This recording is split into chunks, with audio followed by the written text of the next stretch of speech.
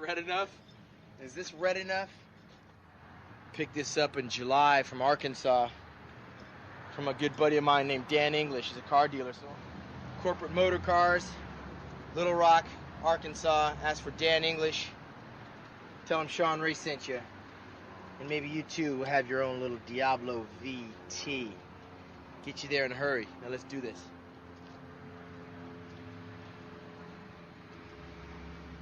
Four, 5, 6, 7. All right, we're doing back this morning. We're exactly 2.5 weeks out from the competition, about 17 days or so. And at this time, my body weight's at 218. Last year, I was on stage competing at 218 pounds. This year, I'm going to try to be around 212 pounds, a few pounds lighter, a few percentage points sharper, try to beat these guys on detail, definition, and completeness, and come back down to a body weight where I feel I'm more comfortable at. The last 2 years, when I've gotten fifth the last 2 years, been competing a little bit too heavy for me. 5 pounds makes a big difference on my physique, whereas it's not as noticeable on Kevin, Flex, or Ronnie. So I decided to try to rip it up a little bit more. So at 218 this morning, I'm right on time. I got to drop about 4 pounds. And then, of course, when I dehydrate the day before the competition, I'll drop about 3 or 4 more pounds of just water. So I'm doing things around the 10 to 15 rep range. And I'm really paying special attention to my back this year. Of course, it's Ronnie's strength. My hamstrings and glutes, which of course is Flex's weaknesses. And the thigh separation, which is Ronnie's weakness as well. So I'm trying to highlight strong areas on me and exploit areas on the champion with detail. Of course, nobody's going to out-muscle Ronnie Coleman on stage, but there's a lot of things on my physique that I think I can bring out detail-wise that he can't, simply because of the mass he carries.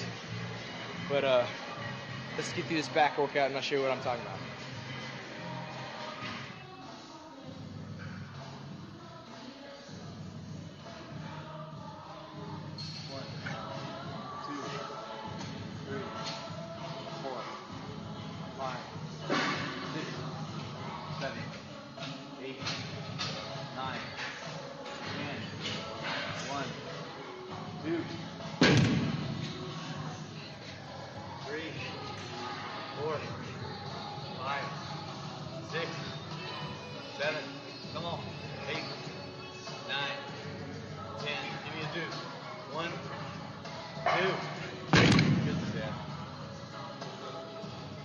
Done for Battle for the Olympian. Every year I train with somebody new.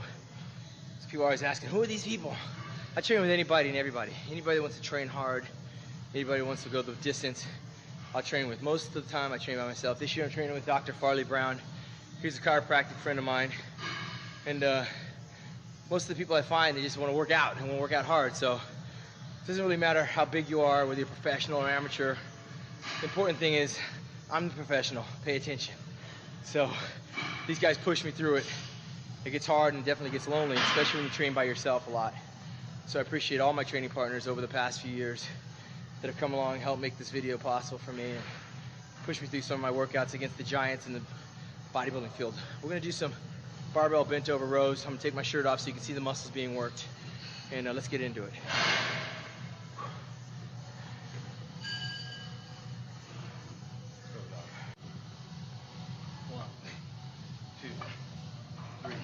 I've already been up. I've done an hour of cardio this morning before breakfast. I ate. Of course, people want to know what we eat. I had 12 egg whites and a bowl of grits with a banana. And then I came in here and we're going to do back. After we finish back, I'm going to pose a little bit for you. And then I'm going to go have 2 New York steaks with a side of broccoli, a couple slices of watermelon. I'll head straight over to the tanning salon, put in a half an hour of tanning. I'll go home, rinse off, take a shower, lay down for about an hour. I'll get up and eat 3 chicken breasts and some asparagus. I'll prepare myself for round 2, which is shoulders and abdominals tonight with another 30 minutes of cardio. After that, I'll have 2 more steaks, New York. I'll have broccoli with some steamed rice. And if I'm up later than that, 11 o'clock, 11:30 at night, I might have about 12 more egg whites. So that's a typical day on the road to the Mr. Olympia.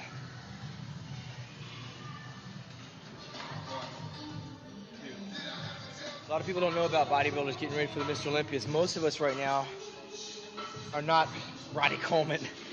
So we don't throw around 200-pound dumbbells or Kevin Levrone pressing 500 pounds on the bench press.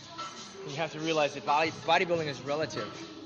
A lot of it's relative to how much you weigh that determines how strong you are. And of course, as you get older, you pay more attention to injury.